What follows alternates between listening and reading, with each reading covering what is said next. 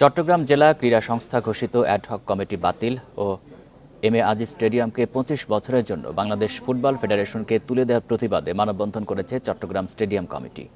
সকালে M A Aziz stadium চত্বরে আয়োজিত মানববন্ধনে বক্তারা বলেন, এই স্টেডিয়াম অন্তত ৩২ ধরনের খেলাধুলা হয়। এখানে খেলেই আন্তর্জাতিক মানের অনেক খেলোয়াড় তৈরি হয়েছে।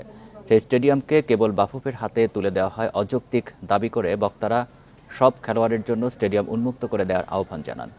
চট্টগ্রাম সিটি কর্পোরেশনের মেয়র ডাক্তার শাহাদাত হোসেনের আহ্বানে আয়োজিত মানববন্ধনে নগরের ক্রীড়ামোদী ব্যক্তিরা ছাড়াও সর্বস্তরের লোকজন উপস্থিত ছিলেন।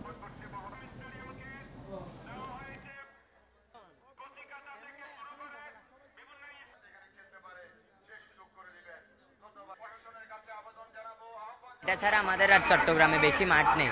এটা যদি দিয়ে দেওয়া হয় তাহলে আমরা কোথায় বা খেলবো? এটা আমাদেরকে দিতে হবে, আবার ফেরত দিতে হবে। এখানে সমাজ ফুটবল খেলা হয়, সমাজ ক্রিকেট খেলা হয়, বিশেষায়িত স্টেডিয়াম হোক, এটা আমরা চাই। তবে এখানে না, ৩২টা ইভেন্ট নিয়ে এই চট্টগ্রাম জেলা ক্রীড়া সংস্থা।